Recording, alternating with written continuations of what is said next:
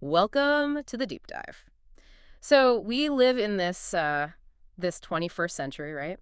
And information is just everywhere. It really is every click, every swipe. Exactly. Social media, online shopping, banking, we're constantly creating and consuming data. It's this always on, always available world. Which makes us incredibly information dependent. Totally. And for businesses, that creates a huge challenge. Yeah.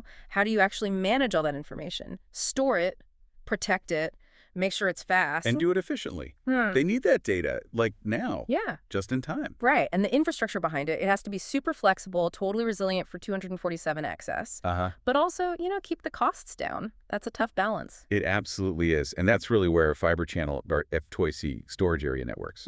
That's where they found their niche, their essential role. Okay. For years, FCSNs have been, well, kind of the bedrock for high speed, really reliable data transfer. Yeah. We're talking servers, talking to big storage systems. Built for purpose. Exactly. And it's all built on these rigorous standards.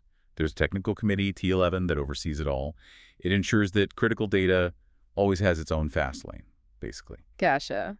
So for today's deep dive, we're really going to unpack this fiber channel storage area network module. We want to explore not just what FC SANs are, but why they came about, what makes them tick, the components, how things connect. And why they're still so central in data centers today. Yeah, exactly. This is the plumbing that powers so much, from your bank app right up to massive enterprise systems.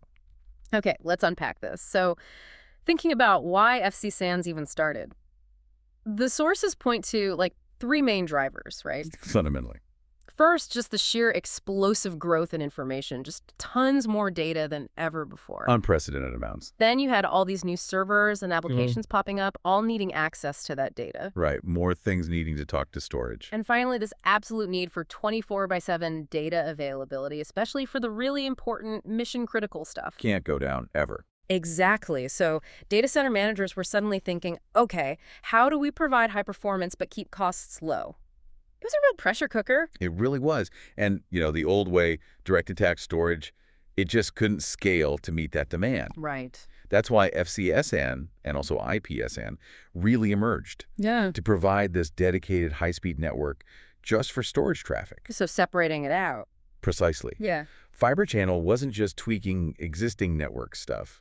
It was engineered specifically for faster data transfer between servers and those big storage arrays. Okay. And it's maybe worth clarifying that little spelling thing, Fire-E with an R-E, that's the protocol. Oh, okay. While fiber with an E-R, that's usually talking about the physical cable, the optical fiber. Got it. Good distinction. And the impact for us, as users, it's huge, even if we don't see it. Oh, absolutely. Think about pulling up a file instantly from cloud storage or your medical records or streaming a 4K movie without buffering. The seamless experience. Yeah. That relies on these kinds of high-performance foundations. FCSNs are a big reason why instant is even a thing. So let's define it more clearly. An FCSN, at its core, it's a network of servers and shared storage devices. Simple enough on the surface. Right. And in that network, both the servers and the storage devices are treated as endpoints or nodes. Nodes, okay. And building this network needs specific parts, right? It's not just standard Ethernet gear. Definitely not. You need specific components. Each node needs one or more node ports. That's the physical connection point. Okay. On hosts, those ports are usually part of what's called a host bus adapter, or HBA. HBA, right? And on the storage side, they're part of the front-end controllers. Okay. Then you've got these specialized cables and connectors. And these connect to the interconnecting devices. Which are typically... Usually fiber channel switches. Yeah. Sometimes older hubs, but mostly switches now. Right. And overseeing the whole thing is the SAN management software. Makes sense. And a really key point about those node ports, they operate in full duplex mode. Meaning They can send and receive data at the exact same time. Unlike older half-duplex stuff where you had to wait your turn. Ah, okay. Crucial for speed. Absolutely crucial for the low latency and high throughput you need in a SAN. Now, you mentioned switches, and within that switched fabric, the ports aren't all the same, are they? There are different types. That's right, they're specialized. Each type has a specific job in making the fabric work reliably and letting it scale. Okay, so break those down for us. Sure. First, you have the N port, or node port. That's your endpoint connection. It's on the server HBA or the storage array. It connects into the switch. Connects the device to the fabric. Exactly. Then there's the E port or expansion port. Think expansion. This is how you link two FC switches together. Okay, to build a bigger fabric. Precisely. Those links are called interswitch links, or ISLs. ISLs. Got it. Next is the F port, or fabric port. This is the port on the switch that an N port plugs into. It's the switch side of that node connection. N port connects to F port. You got it. And finally, there's the G port, or generic port. This one's kind of clever. How so? It's a port on a switch that can figure out what it's connected to when it starts up. It automatically becomes either an E port if it senses another switch, or an F port if it senses a node. Flexible. Auto-detecting. Right. Saves configuration headaches sometimes. And that G-port flexibility, it kind of highlights a bigger point, doesn't it? This whole switched fabric approach. It's way better than the older loop designs. Oh, vastly better. Yeah. Here's where it gets really interesting. The switch fabric gives you dedicated paths between devices. No sharing the loop. Exactly. Plus, adding or removing devices is minimally disruptive. Huge for uptime. Absolutely. You can scale the SAN, swap out a server, replace a storage array, usually without taking the whole thing down. That's critical in a 247 world. Okay, so we have the physical connections. What if the language they speak? That's a protocol. Right, that's the Fiber Channel Protocol, FCP. You can think of it as the fundamental construct of the whole FCSed infrastructure. And its main job is? Its main job is to implement SCSI, the command set for talking to storage devices over the Fiber Channel network. So it's basically stretching the server's storage bus across the network. That's a great way to put it. It extends that local SCSI bus, potentially over huge distances. And what are the big advantages of using FCP for this? Well, two key things stand out. First, sustained transmission bandwidth over long distances. It's designed for high speed, reliably, even across a campus or between buildings. Okay. Second, it supports a massive number of addressable devices, theoretically over 15 million. Wow. 15 million. Yeah, you're basically never going to run out of addresses for your storage devices. Yeah. That was a real limitation in older systems. Right. And maybe the cleverest part for the server guys. To the host operating system, all that remote storage connected via the ANSAN, it just appears as local devices. Seamless. Totally seamless. Makes life much simpler for applications and system admins. So with potentially millions of devices, how do they keep track of each other? How does addressing work? You mentioned it's different from IP. It is. There are a couple of layers. In a switched fabric, when a device logs in, it gets dynamically assigned a 24-bit FC address that's used for routing frames within the fabric. Okay, like a temporary local address? Sort of, yeah. But underneath that, there's a more permanent unique identifier. It's a 64-bit unique identifier called a worldwide name, or WWN. WWN. Okay, that sounds important. It is. Think of it like an EMA key address in the Ethernet world. It's a globally unique hardware-based identifier. Burned in. Often burned into the hardware, yeah, or sometimes defined via software. But it's meant to be permanent for that device or port.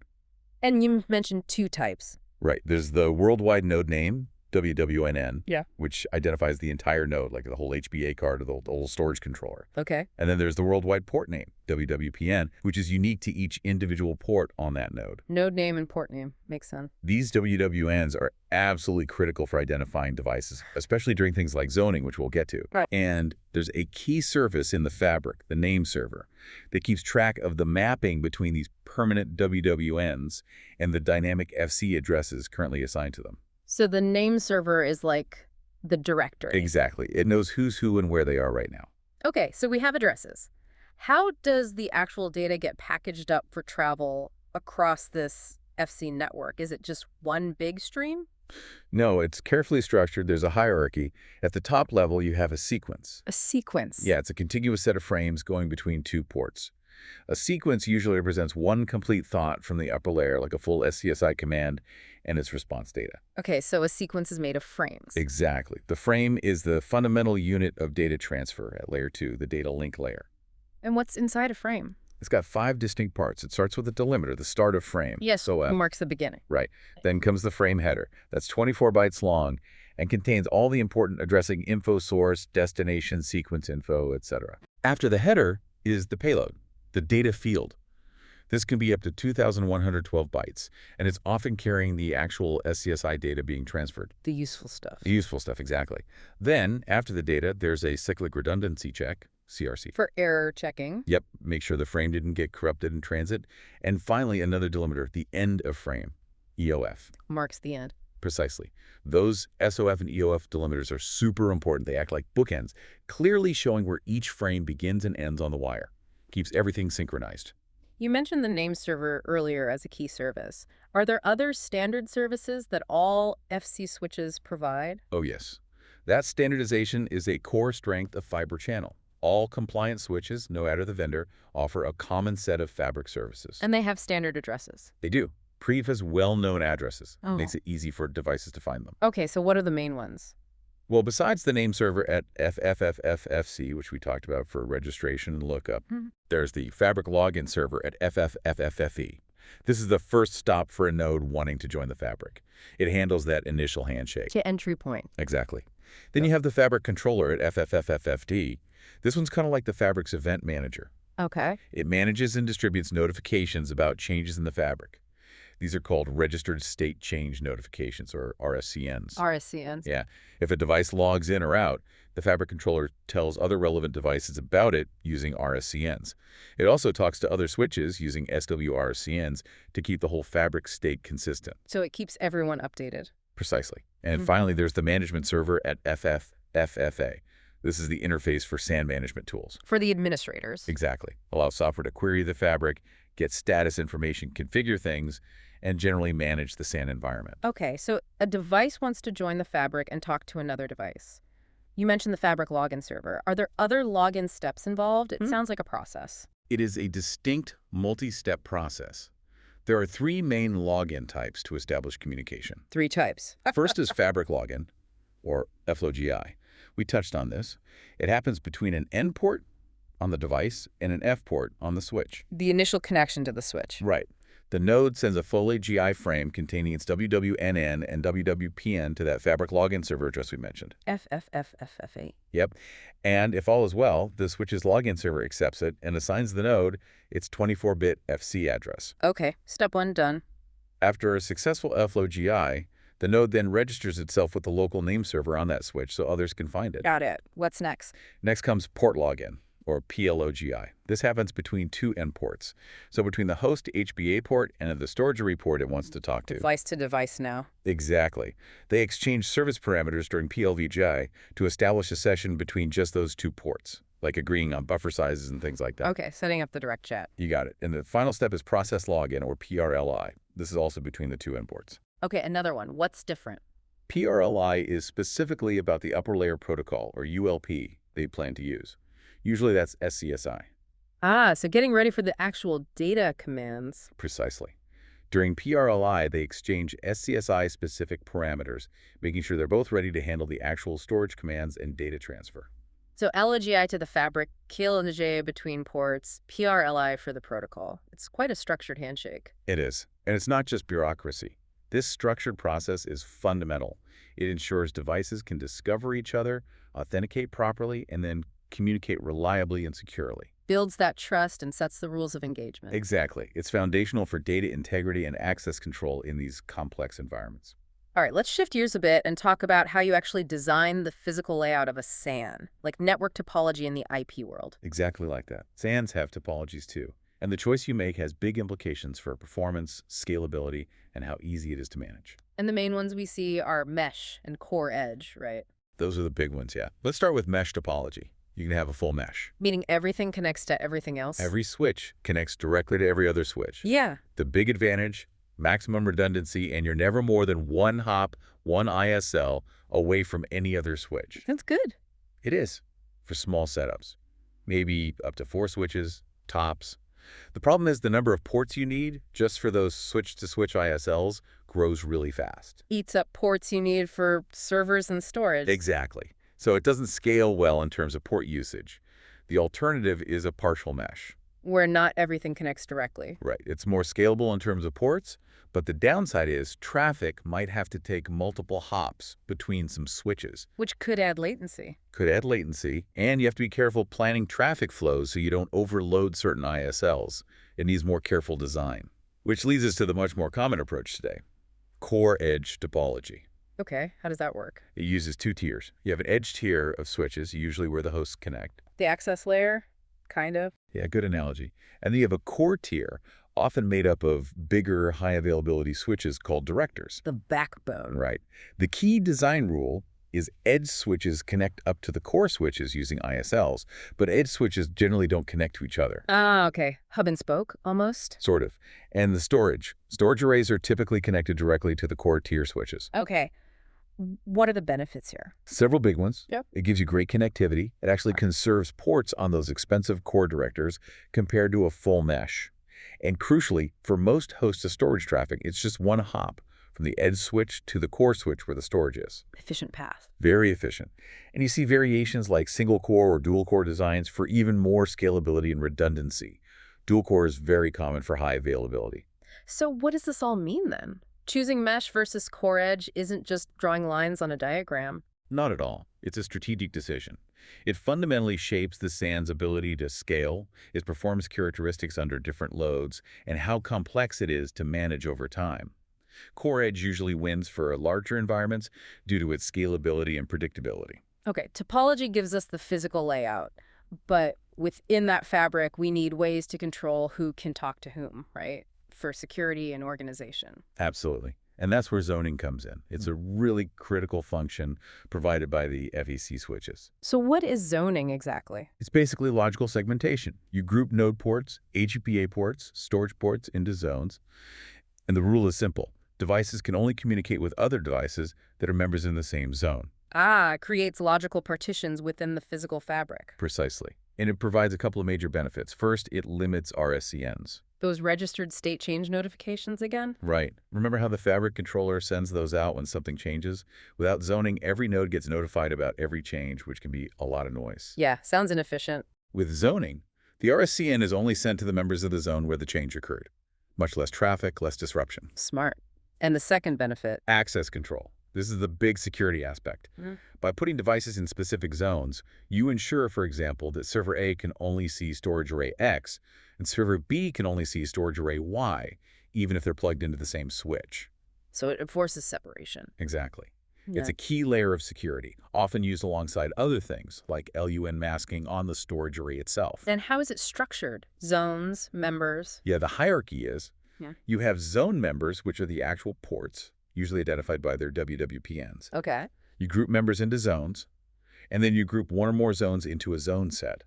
Only one zone set can be active in the fabric at any given time. One active configuration. Right. And a single port can actually be a member of multiple forms within that active zone set, giving you flexibility in how you grant access. It sounds like setting up secure meeting rooms in a building. That's a perfect analogy.